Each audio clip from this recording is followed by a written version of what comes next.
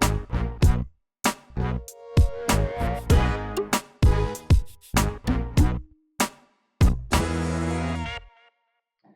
everyone, and welcome to the Science and Healthcare Sustainability Podcast. This is our first episode. You are joined here by myself, Luke. This is my colleague, Alex. Alex is our Managing Director of 3 relevant businesses, so in dental, healthcare and laboratory sectors. He's managed a business of over £100 million plus turnover and has a vast experience in property, energy, dental supplies, as well as 12 months running a successful laboratory supply company focusing on sustainability. So Alex, in the perfect position to advise on healthcare and carbon savings, as well as invite his network of suppliers and contacts to be guests on the podcast. Thank you, Luke. Well, Luke works for a leading dental microscope company and has 16 years experience working across the laboratory and agricultural sectors. Over his career, Luke has developed a personal interest in improving the sustainability of the UK science industry and is co-hosting this podcast with me in a hope to not only share his knowledge, but also learn from our expert guests. Speaking of expert guests, we've got a really good one today. So we have Danielle from Recycle Lab coming in. Danielle is the CEO of a company that takes hazardous waste from laboratories and turns it into a commodity, i.e. something that we can manufacture new laboratory plastics out of. So we're going to ask Danielle how she's gone from working in a laboratory to her journey starting the business and the challenges and how she's overcome them, as well as what she's got planned for the future. So really excited to talk to Danielle today. Yeah, I can't wait. She's on the train. She's almost here. Taking the train, very sustainable. Yeah. The other thing we want to touch on is why we're doing the podcast. So essentially, we've been working obviously in the industry for a long time myself and Alex in adjacent industries, and we can see the scale of the problem. So labs, for example, typically use 5 times more energy than the equivalent office space. And then in terms of waste, UK laboratories alone produce around 5.5 million tonnes of plastic annually. So it's a big problem to tackle. And hopefully we can kind of spread some of the ideas of our guests. We've got some great guests coming up as well. Yeah, we've got Jay from Biograd, and we have Dan from Econics introducing to us his cardboard hazardous waste bins. Yeah. Things like that can make a big difference with very small changes. So, yeah, we've got some exciting guests planned, others in the pipeline as well. But this first episode will be out very soon. Okay, well, welcome, Danielle. Thank you so much for coming in and making the journey for Oxford. Our first question that we're going to start with every guest, and you are our first guest, so thank you for that, is what is sustainability to you? Well, I found this one quite a tough question, I think. There's no wrong answers, I don't think. No. You're not being tested. Okay, perfect. I think for me it's more, whenever I think about sustainability, I think about my own personal impact on the environment, or what my activities are, or who I'm working for, what their impact is on the environment, and how we can, the negative impact, and then how we can maybe change small changes in our lives to like reduce that and become more sustainable.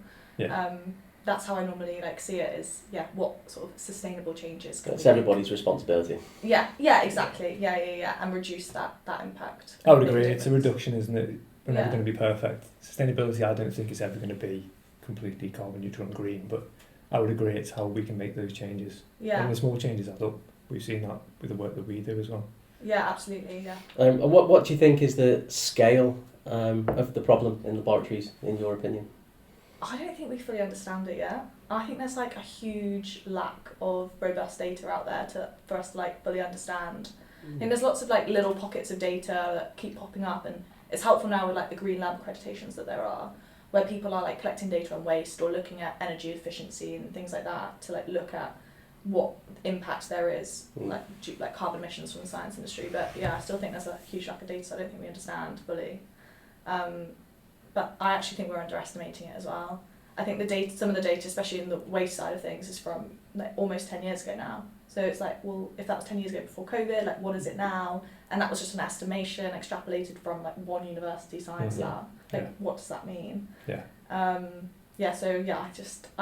think it's very large, and I don't think we understand how large it actually is. One fact that always sticks in my mind that I heard not long ago was that one ultra low temperature freezer at -80 uses the same energy as one household over the course of a year. It's mad, isn't it? Which to me seems insane. Yeah, it is insane. And like even lab, like a science lab uses 10 times more energy than a normal office space. Yeah. So it's like how do we even go about starting to reduce that? But then I guess that's why the green lab accreditations are so good, because it gets people thinking about how they can reduce it. Yeah. And turning it into a challenge as well, I think. Yeah, I would agree. I totally agree with your statement about we don't actually know, No. because there's no real measure, and there's a vacuum of sort of a accreditation or maybe a government-led sort of scheme where people have to adhere to it. Leaf and My Green Lab do a fantastic job, but they're relatively small organisations compared to the vast nature of science and healthcare. So Yeah. there is a vacuum of someone to come in and say, actually, these are the way you have to do it, and this is what you should do. People are kind of been left to do their own thing, really. Yeah. And it's been on the lab manager or someone within the organisation who has a personal interest.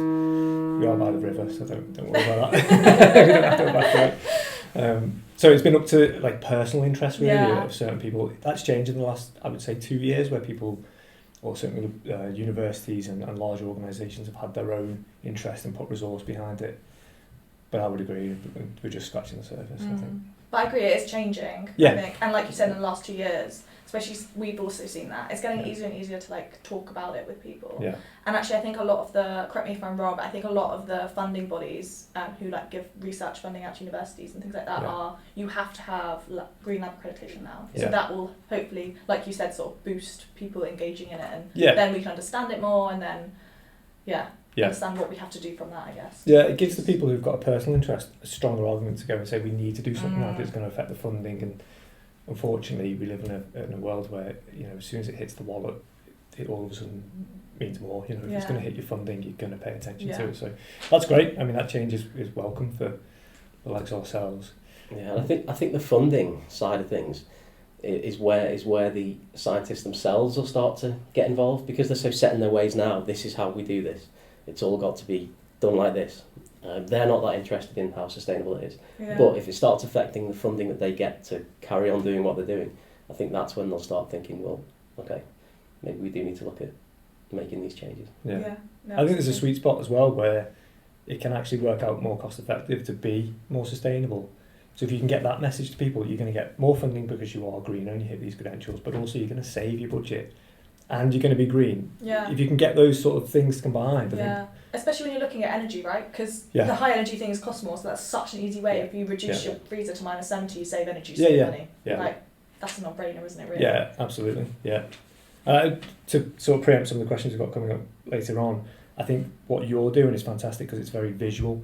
You see how much waste goes out of a laboratory, and you know, I've never worked in a lab, but I've done a degree and obviously sold into labs for 15 years, and it's horrendous. And all the plasticware of my career that I've supplied to customers has to go somewhere, and it has to go in the bin. And I think what you're doing is fantastic. So that leads us to the next question: is what do you do and where? Yeah, so I work for Recycle Lab. So we are a waste management company, but we specialise specifically in recycling single-use plastic waste from the science and healthcare labs. We also have a waste audit service as well, which helps labs understand the waste that they might be producing. So we were saying, we're not sure if there's like a lack of data. So we help labs understand how much waste they produce, how much of that could be plastic, and how they can then divert that, and it leads into our recycling scheme. So it's actually also helping the wider community with like data collection as well. Yeah. But yeah, we're really there to sort of enable a more sustainable solution for the plastic lab waste instead of going for incineration. Brilliant, yeah. I mean, often it is a last resort, recycling. You know, we speak to customers, particularly in healthcare, some large healthcare providers, and they're looking to try and reuse or, you know, buy renewable items. But healthcare and science are the same. It has to be sterile, or, you know, it's contaminated. It has to go in the bin. So there is always going to be a place for recycling, and it's not, you know, it is a last resort. And if you can do the other things first, that's great. But that's never going to happen. So there's always going to be a place. Yeah, there's always going to be, and we don't like to call it waste.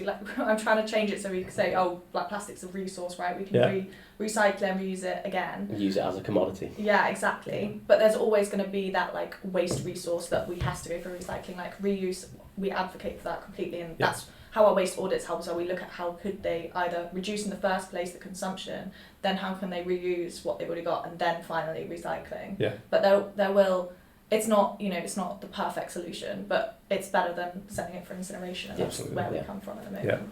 Yeah. Brilliant. How long has Recycle Labs been going? So we've been sort of up and running for 18 months, but we were actually registered back in 2021, but it's taken a few years to sort of get it up and going, getting the research done to see how science labs can incorporate it into their sort of workflows, because it's so new, and trying to get people to change their behaviours and get it in the labs in the first place was a challenge, I guess. But once they're doing it, it's very straightforward, isn't it? Yeah. It's kind of like helping them understand how straightforward it can be once they understand how it works. Yeah, it's amazing how far you've come in probably what feels quite a long time to you, but really, relatively speaking, to the scale of the problem is quite a short time. So, yeah, credit to you. You've done an amazing job getting that off the ground and spread the word. Just hopefully we can spread it more, because it is such a useful thing to put into place. And we've actually found from speaking to customers that it could be actually cheaper for them to do it this way. And it could fall into that sort of sweet spot that we were talking about earlier, where not only are they saving the environment, they're saving money as well. So yeah, absolutely, and that's something we've been trying to work on, is how can we also make it cost effective, because sustainability doesn't sell itself. So unfortunately at the moment, so it's how do we make it incentivize the labs to do it as well, because we really want to make a difference. We're not just here to make money. We want to, we were born out of wanting to do something about the climate crisis. So. Yeah. So actually that leads to our next question. Sort of what inspired you to start Recycle Lab? Yeah, so it was exactly that really. I was working in science labs myself as a research assistant, and it was around COVID time, and there was like a lot more in the media around sort of climate change, and I don't know if you guys saw, but there was the Venice canals that no one was using them in COVID, so they went completely clear, and they're normally like murky and smell. And that kind of sparked. I was always interested in the environment and like not being too impactful, but it kind of sparked even more of a passion to like look more into it, read about it, see what I personally could do, like make changes in my personal life. And then I was just in the lab one day, and it kind of just hit me. I was like throwing away all these centrifuge tubes into a general waste bin that had water in them, and I was like, why am I doing this? Like, why am I so good at recycling at home? Like picking things out of the general waste bin and putting it into the recycling bin when people at home aren't doing it right. And I go into work and there's like nothing in place, and it kind of baffled me that even if I had deionized water in them, and they could still not be recycled because it's from a science lab. So I did some research to see whether there were any companies that took science lab plastic waste and recycled it, but at the time, back in 2020, I couldn't find anyone. And then, so I just decided to sort of take the problem into my own hands. I like a challenge. And started with a Recycle Lab, because I just thought if no one is going to do anything about it, then it's just going to keep becoming a problem, and something needs to be done. So that's how Recycle Lab started. Was it quite daunting leaving presumably a paid job to go and do your own thing? And yeah, so I went part-time at first, and then we went full-time 18 months ago, so we did it stepwise. But I think when you're so passionate about something, you don't feel that daunting. That's obviously, you have days and it can be stressful, but I think when you just really want something to work, you just kind of get up every day and be like, it's fine, it's going to work. Yeah. I work in the dental side of the business here, but I have seen the pricing that the guys have been doing, and you're not charging a lot for that service. It does seem like a really good value result. I mean, I speak to dentists who are paying £thousands per tonne for incineration, so I do really think there's an opportunity there for people to actually save money by using this system. So yeah, I think that's the next stage, isn't it? Getting into all our dental customers and introducing Recycle Lab to them. I think they'll love it. Oh, amazing, yeah. Because dentists are even worse at recycling than labs. Oh, so I didn't. Everything just goes into the bin. Really? Yeah, and then sent off at the end of the day. Yeah. So. And again, you don't really think about it. It's the same with vets. You just don't really think like that about it, because if you're not in there working in it every single day, you just don't think about the waste that could come out of it. Because as a patient, I guess with a dentist, you're just in, have your procedure, and you're out. You don't see where they put their gloves and instruments. And dentists' time is money as well. Yeah. It's like, get rid of this stuff, give it a clean, let's get the next person in. Yeah. They don't really think about, well, that's got to go in there, it's got to go in there. Yeah. So I guess that's like behaviour change, and like getting them to think about it personally as well. Excellent. So what's been the biggest challenge in setting up Recycle Lab? Talking about behaviour change, probably the biggest challenge, because I was so passionate about it, so I was like, everyone's going to want to recycle, it'll be absolutely fine, like people will be so on board. And I think that was a real shock when we started, when I started going out and like talking to people in science labs and asking them about it, and the main thing that came back was time, space for an extra bin. Yeah. They were probably the main two barriers, and they're both linked to the behaviour change aspect of, it's a bit more effort on their end to think about what they're putting in a bin, but how do we communicate and make it like the value of actually spending a couple more minutes. Yeah, it's a bit different when you live and breathe it like we do. Yeah. And we kind of sit there and go and think, why wouldn't you do it? Yeah. I'd say the same thing. If this is selling itself, why would you not Mm. take these bags from Recycle Lab Yeah. and make it so much easier, cheaper, sustainable for yourselves? Yeah. I mean, it's a selling point for them as well. Absolutely, Yeah, it's a great marketing ploy for them to tool for them to say to their customers, we are sustainable because we do these things. So Yeah, and Yeah. even more now with the ESG reports, especially with the bigger companies that have to come out anyway. Yeah. So, but yeah, I completely agree. It's like you have to then try and put yourself into their shoes and think, Correct. okay, right, how is it in their shoes, like, and then try and understand it from their point of view. But yeah, sometimes it is quite hard. Yeah. It's quantifiable as well. I mean, Yeah. you can tell them how much carbon they've saved by Yeah. using you over not using you, and there's the cost saving as well. Yeah. So if you're watching this, no brainer. Yeah. It can be quite dejecting, can't it, when you come off. I mean, we presented to a very large healthcare group Yeah. the other week, and Recycle Lab was part of what we presented to them. And they wanted to focus on something else, and we were like, no, this is the good bit. But it was probably too difficult for them to change in such a vast organisation, 500 premises.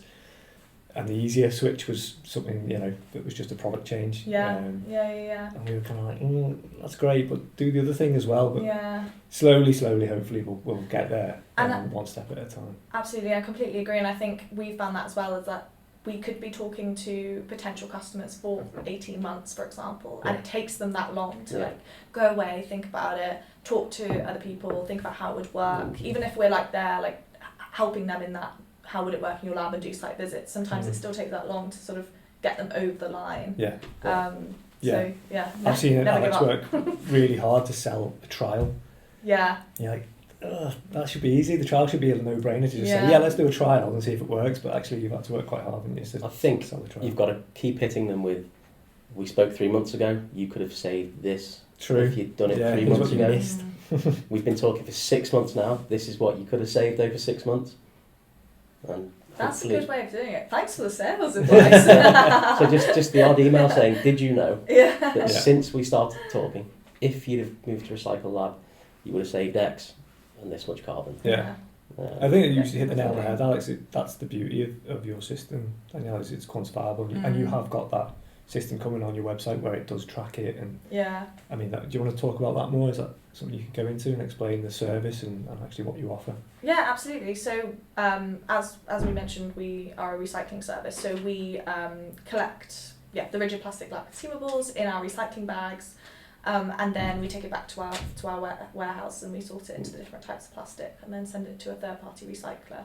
So we have a granulator on site, so we sort of make it into granules and then we can send it off to be pelletized in everything in the UK. But when we collect from our customers, we weigh all the bags at our warehouse per customer, so we can say to our customer, you've given us this amount of plastic, and then we have estimations of carbon emission savings. Okay.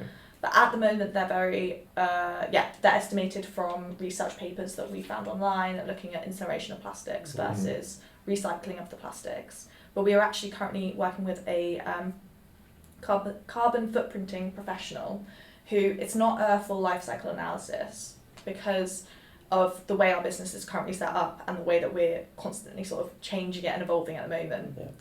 So we're doing a carbon footprint analysis, which will give us the carbon emissions for our process, which we can then compare to incineration. But it will be sort of accurate from our actual process of exactly what happens, where we collect it from, how we collect it, how we process, who we use for the pelletizing. So it's not going to be estimated. And then we have an online portal that's coming up, so customers can track their the waste that we collect and that carbon data when they can sort of log in and have a look at all the data on there. Good for their reporting. Yeah, exactly. And it's a nice visual, like scientists love data, right? So we want to be able to give that to them in a really accessible way, and then they can download it all, they can show their colleagues, like, this is how much we've diverted. It's just a nice story. Yeah. I think it's really important to have that data for people who've made particular promises. The NHS, for example, people like that, if they embraced it, they're lagging behind on a lot of the promises that they've made for Scope 3 emissions and things like that. So that data is crucial.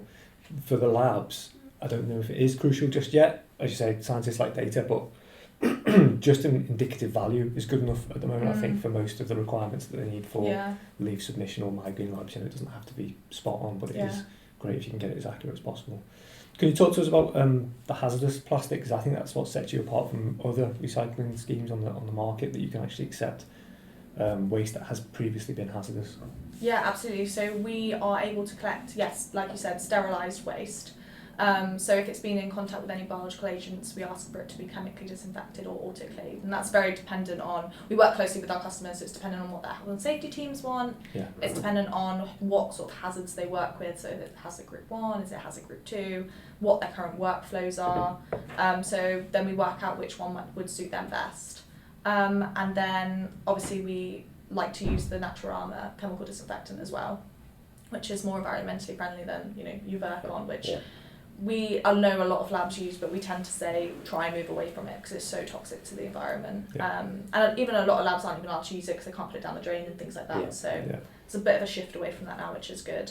But yeah, we're able to take them once they've been disinfected, and then we're also able to, a lot of the normal waste management companies can't accept the lab consumables, or might say they can, but a lot of the time they'll either slip through their sorting machinery because you've got tiny Eppendorf tubes or micro pipette tips, or if it's manual sorting at their recycling facility, they'll just, if they find any sort of potentially, they might think it's hazardous because they're not used to, they don't know that it's decontaminated, if that makes sense, so they'll just chuck it into their energy from waste incineration line instead of recycling it. So I guess that's how we sort of tailor it more to labs. Brilliant. Excellent. What's the most wasteful part of what you do? Well, we've tried to keep it to a minimum, but I think the most wasteful part would be any items that we can't recycle that we collect from labs. So, sometimes we'll have paper towels or gloves or... It'll slip through the net. Yeah, which is so understandable. They've got to sort it as they go. There's going to be, someone's going to accidentally put something in one bin. How many times have we accidentally put, recycling and general waste or general waste and recycling bin? It happens. But we try and keep that to an absolute minimum. And then the other waste is, we use the soft plastic recycling bags. So they are reused at our site. Generally they can be reused for up to about 3 times, and then they'll be recycled. But part of the carbon footprinting is looking at what their carbon footprint is, and then we can compare it against other materials to see whether there's a different type of bag or box that we could use that would be better. But I guess it then depends if there's an alternative like a cardboard box. Can we reuse it? So actually it is plastic because we could reuse the plastic one and can recycle it better than the cardboard that we might use once. I guess there's lots to think about, but there are main ones. Something I was impressed with for your sort of press release that you did in January, or maybe it was in December, was the change to your logistics as well, because I think that's something we don't ever consider for sustainability. Is where's the product come from and where's it going to and how is it being couriered. And I was quite impressed that you've changed for northern customers. There'll be a box service using a courier, which seems much more sort of CO2 efficient than your colleagues driving up from Oxford. So couriers are going there anyway. Exactly. They may as well have have a handful of. No, absolutely. Yeah, we completely agree, and hence why we've done it for both logistics in terms of our business, but also the sustainability part. Yeah. And I think might even roll that out to our southern customers that it would work for if they've got small enough labs that can use the courier service. Then we might even suggest moving it for them. But also with that service, those cardboard boxes that we provide our customers with, the cardboard boxes, they come back to us. We carefully unpackage them, flat box them again, and then send them back out so that we then reuse them. So we're going to see how many times we can reuse them, but we're hoping up to 3 times without them being completely taped up all over. But yeah. You very kindly brought us some bags as well. Would you recommend people order at the same time as they get collection? So they can have it delivered and then collected at the same time? Yeah, so some of our customers who have scheduled collections with us, when we do the van collections, we have that, so every month or every 6 weeks or however, we'll just drop the bags off at the same time, so we don't have to post them, which again helps with the carbon footprinting. So that would help. With the courier service, I guess we could also get them to drop off at the same time, the boxes or the bags, so double whammy. Yeah. Brilliant. So it sounds like you're mitigating all the sort of challenges within your system anyway. Is there anything in the horizon that you're going to try and further improve?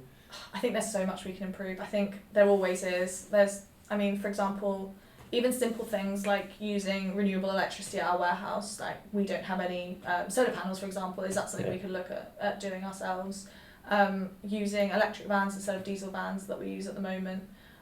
So it's a really big way up of trying to start and run a business, but making it as sustainable as possible. Yeah, of course. So it's definitely a work in progress, and we are not perfect by no means, but there's lots we want to do. Brilliant. It's good to have targets, isn't it? Yeah. If there's nothing you could do, then you'd be worried. Yeah. Exactly. You're never going to completely eradicate plastics from a lab environment, so all you can do is mitigate the cost and the carbon as best as you can. Absolutely. Speaking about like setting up and the challenges of setting up, what would you tell yourself that you know now if you could go back and tell, Danielle, who's still in the lab working part-time? Oh God, so many things. Don't start a business. Yeah. Wrong decision. No, joking. There's so many things I tell myself. I think the main one would be put myself in the lab shoes to start with, and not just assume that everyone's going to think the way you think and be as passionate and want to do it as much as you want to do it. Yeah. So I think that would have saved us. I don't think saved us time, because it's, you learn so much as you go along speaking to people anyway, but it would have made it easier with some of the conversations we were having, and maybe moved quicker with some customers if I wasn't just like, it's easy, just like recycle, and just like understood them more, I guess. But does having the lab experience help? Yes. When you're speaking to the old Danielle. Yeah. No, for sure it does, because I think then you can relate to what they're saying, and you'll be like, I remember I did that too, and you kind of understand all the equipment that they're using, or what barriers they might have, and like health and safety barriers or space, or you could kind of relate a bit more to them. So I think that's why people also like talking to us about it, because they're not just a normal waste management company who have done waste management all their lives, they're great at that, but don't understand what it looks like in a lab space. I think the good news is those people like yourself are out there. There's plenty of people in laboratories, there's a nice lady at Liverpool and Oxford, and some big organisations that have got really passionate people within the organisations who drive it forward. And as we said earlier, now that it's coming into funding and things like that, there's going to be more people receptive to it who perhaps weren't when you first started up. So I think you've got a bit more of an open door now than when you started, hopefully. No, for sure. And we've seen that a lot, actually, over the past, like you said, 2 years, 18 months. We've seen a lot more, not cooperation's the wrong word, but people excited or wanting to actually look at doing it, who previously might not have considered it. So definitely. Brilliant. So we touched on the fact that we're never going to eradicate plastic from the lab ever. But what 3 things would you implement in every lab or healthcare setting if you could? Recycling bins. That would be helpful. I think we need to look at reuse, like we touched upon earlier. And there's not that many products and services around for reuse, or not that many tried and tested that scientists are going to be happy with, because obviously you can't have things that are contaminated in any way if they're using in healthcare or even in research. But like there are a few like tip washing products out there that can wash pipette tips 10 times, and then they can be recycled after. So anything that's kind of looking at the reuse side of things, I'd say, is definitely something that would be great. And then also, I think there needs to be a shift in policy and regulations around sterilisation and hazardous waste, so that it makes it easier for companies like us to be able to help recycle. So I think there's a lot of a lack of policies and understanding from the people who make the policies about that there's companies like us out there that can now do this, so can we have some support in being able to roll it out? Yeah, there's so many easy wins out there for the renewables. Just picking up on that, we were talking to one company called Shelton Medicus, actually, they're a great company, and they produce surgical caps, which they've fully carbon sort of tested, and they've got the carbon equivalent to the disposable caps. And I think it's something like 8 disposable caps equals 1 reusable, but then the reusable can last for 3 years, so the payback is so quick on those kind of things. And it's just an awareness thing. I just don't think these big groups know that there's an option to do that, or maybe it's the hurdle of having to put a process of washing them in, or the initial outlay of buying them. But that simple change would save a fortune over time and so much carbon. So yeah, I think you're right to say about the renewables. Interesting to hear how you get onto this one, because I think your product does offer a saving. But is sustainability worth paying for, or does it have to be cost effective? I think it is worth paying for, but that might just be because I'm a bit biased. Because obviously we've got the business and we want to be able to recycle, but it does cost more. And I think from my point of view, our recycling scheme costs more than a normal recycling scheme or general waste, because there's more steps in our process than a normal recycling scheme. So we collect it, we then sort it into the different types, granulate it, pelletize it, bring it back to our warehouse, then we can either sell it or make our own products. Whereas a normal recycling company would just take it to their sorting facility and then might sell it on to someone else. So for them it's there's a lot less steps, so they can kind of make it cheaper. There's bulk, whereas at the moment there's no bulk. So that's why our service would cost more than a normal recycling. And I think it's very similar for most things in sustainability, because it's so new, the infrastructure might not be there, so it might cost more, or it might be a bit more complicated because it's got more steps, because then it makes it carbon neutral or something, I don't know. But then that's why it costs more. But the early adopters need to jump on board with it. Yeah. In order to make it, get the ball rolling and make it cost effective. Absolutely. Completely agree. So yeah, I think it does, but I think caveat that with, if we're going to get everyone to make sustainable changes, money does talk, so it has to be cheaper. Yeah. Or to an extent, make it as close as you possibly can to what we do nowadays. Yeah. So it's so hard. It's so hard to weigh up the pros and cons of each way. Yeah, absolutely. Go a bit rogue off the questions here, but how scalable is your operation? Like, say you did have a huge organisation like the NHS, say, okay, Danielle, we're going to recycle everything. Yeah, great. Bring it on. I want all the plastic.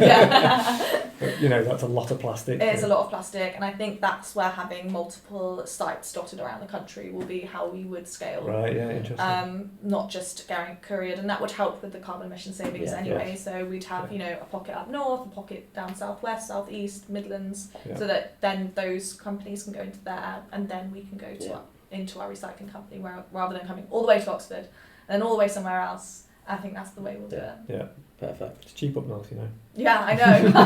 I keep thinking damn it, I'm in the wrong part of the country. So I guess that leads us nicely onto what do you see as the future for Recycle Lab? Is it recycling pockets all over the UK? Yeah, I think Europe? so. Europe, international? Yeah, international, yeah, absolutely. No, I think we actually have a lot of labs contact us from Europe asking for a solution. I think there might be a couple starting up there, but there's nothing robust in place, I don't think. So definitely Europe. Could be a franchise.